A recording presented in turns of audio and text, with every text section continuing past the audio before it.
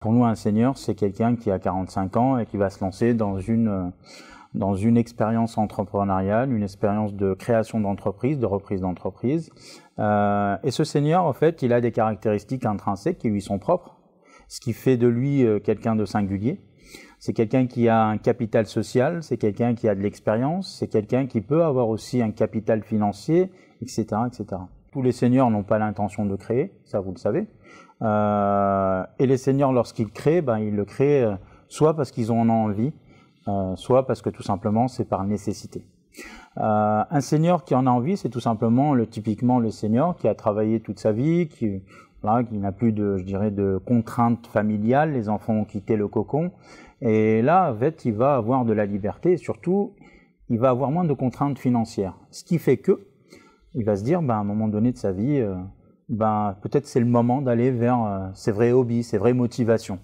Donc il va quitter son emploi, peu importe lequel, et il va se lancer dans quelque chose qui le passionne, la cuisine, le tourisme, peu importe, quelque chose d'intéressant et qui l'intéresse lui, pour s'épanouir, mais également parce que c'est quelque chose qui lui tient à cœur.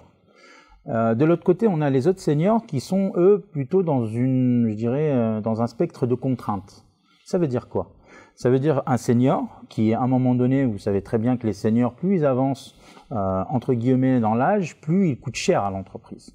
Donc voilà, maintenant, il y a beaucoup de plans de restructuration qui font que ces seniors sont amenés, obligés et poussés vers la sortie.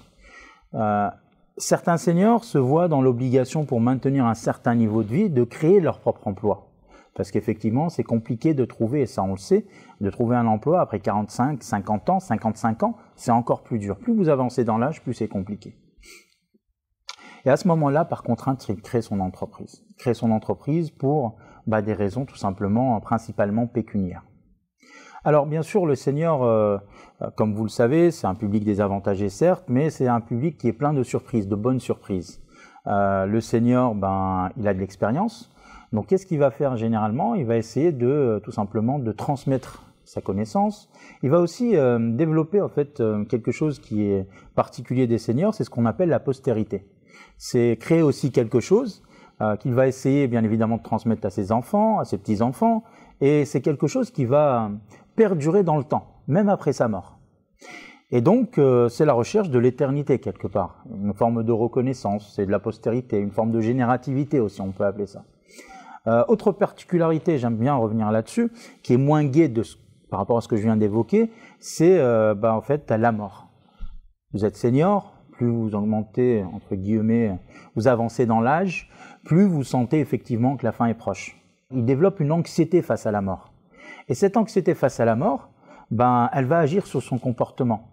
Et ce qu'il va faire, il va essayer effectivement comme je l'ai dit par rapport à la postérité, il va essayer de laisser quelque chose à ses enfants, parce qu'il a peur pour ses enfants.